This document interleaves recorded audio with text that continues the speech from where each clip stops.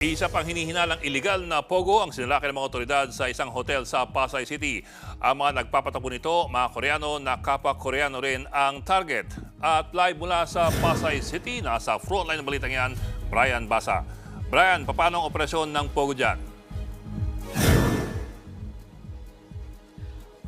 Halos tago ang operasyon ng sinalakay na pogo. Nasa basement kasi ito ng isang lisensyadong kasino sa Pasay City.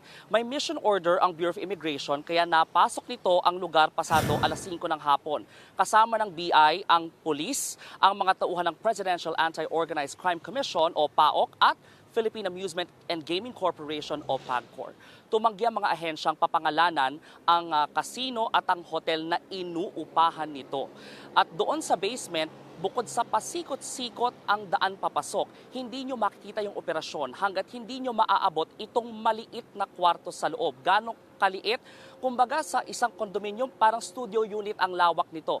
Tumambad sa amin at sa mga otoridad ang mga dekableng computer at sangkaterbang maliliit na device na yun pala ay one-time password generator.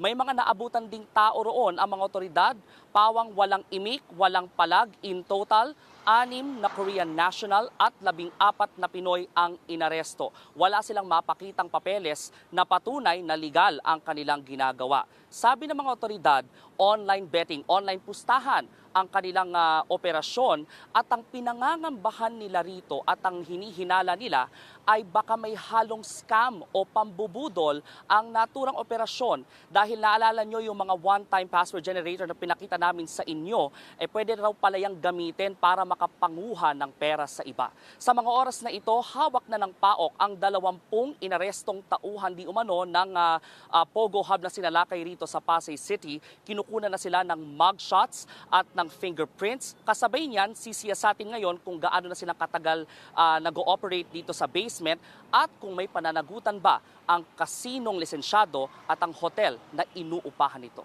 Balik sa inyo. Maraming salamat, Brian Basa. Mga kapatid, Ed Lingaw po, maging maalam at may pakialam sa mga napapanahong balita sa ating bansa.